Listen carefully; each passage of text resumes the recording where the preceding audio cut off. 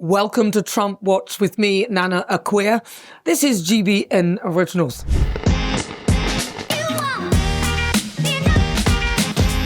I was saved by God to make America great again.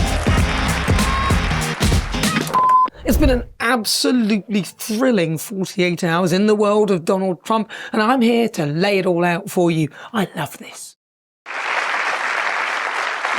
Under the Trump administration, we will defend the proud tradition of female athletes, and we will not allow men to beat up, injure, and cheat our women and our girls. From now on, women's sports will be only for women.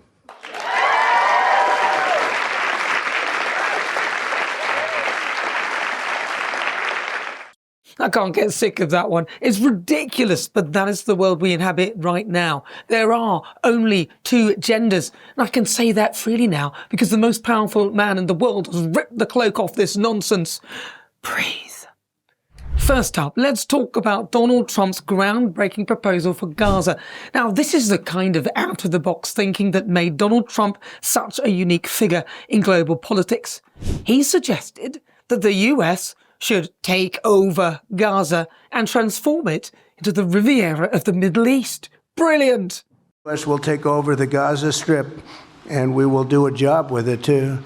We'll own it and be responsible for dismantling all of the dangerous unexploded bombs and other weapons on the site, level the site and get rid of the destroyed buildings, level it out, create an economic development that will supply unlimited numbers of jobs and housing for the people of the area.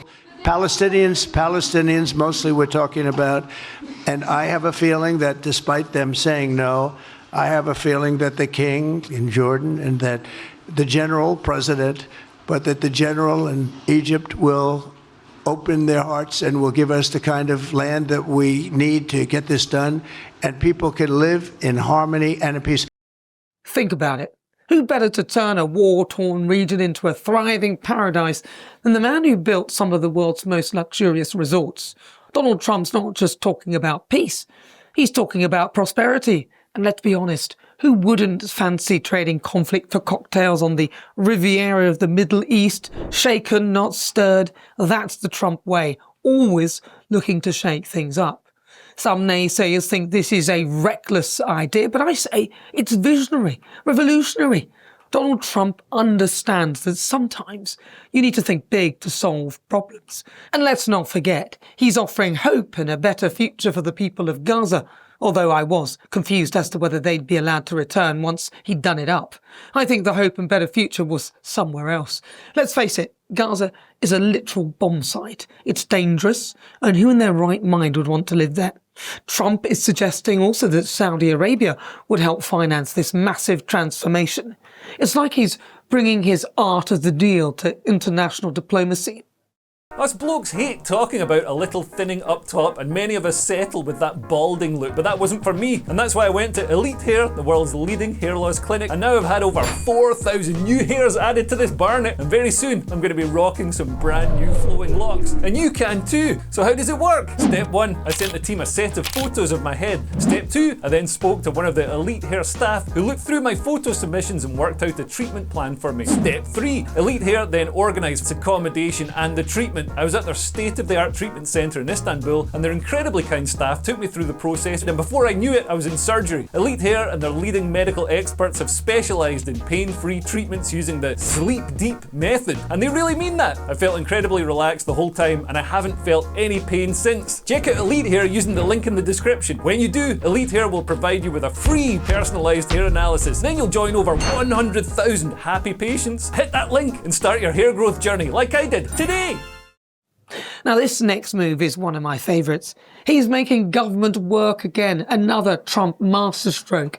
His plan to revitalise the American federal workforce. Trump is offering federal employees, so civil servants, a choice to either come back to the office full-time or take a generous redundancy payment and leave. Classic Trump, giving people options whilst ensuring that the government runs efficiently. Remember, Donald Trump built his empire on the principle of in-person, hands-on management. He knows that there's no substitute for face-to-face collaboration. It's common sense, really, though. Working from home, there's always something other than work to be done, and that's what you end up doing, something else. People are way more productive in the long run when actually in the office, because skiving is a lot harder when the office is watching.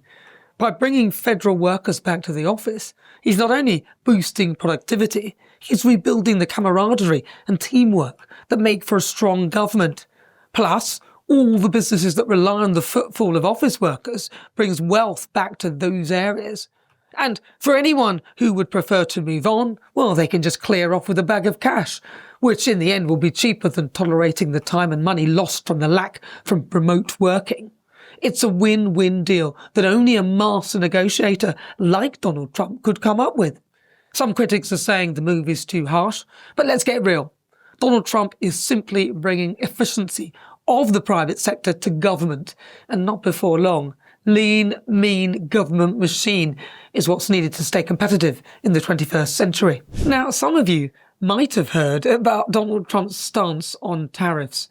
Let me tell you, this is Trump at his finest, putting America first and standing up to unfair trade practices. He's not afraid to use every tool at his disposal to protect American jobs and industries. Sure, some so-called experts might cry foul, but Donald Trump understands that sometimes you need to play hardball to get results, and he's sending a clear message to the world. America is open for business, but it's going to be on America's terms. Donald Trump's approach to trade is like the perfect game of chess. I used to play that all the time. You've got to think several moves ahead. These tariffs aren't just about balancing trade.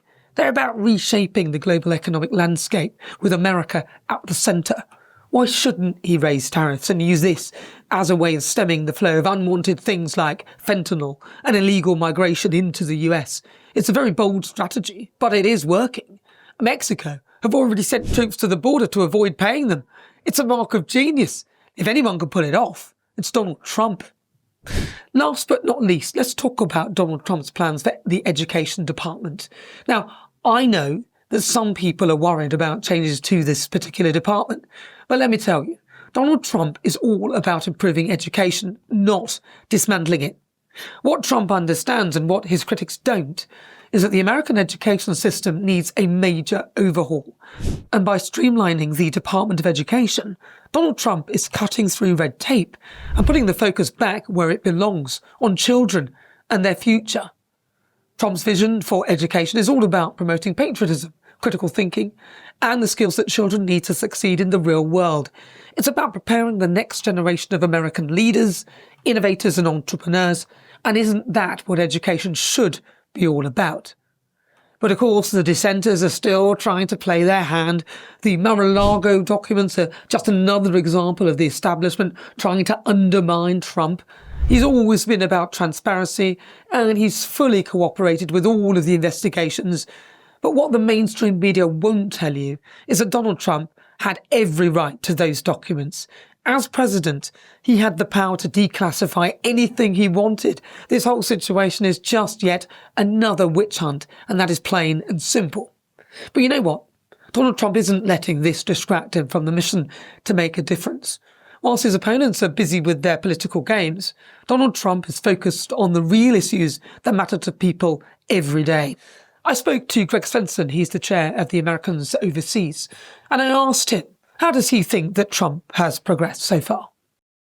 I wouldn't even call it progress. I think it's been a meaningful, first 3 weeks where he's come out of the gates so much faster than I expected. So it's not just progress. Yes, there is progress, but I think more importantly, it's, hit the ground running.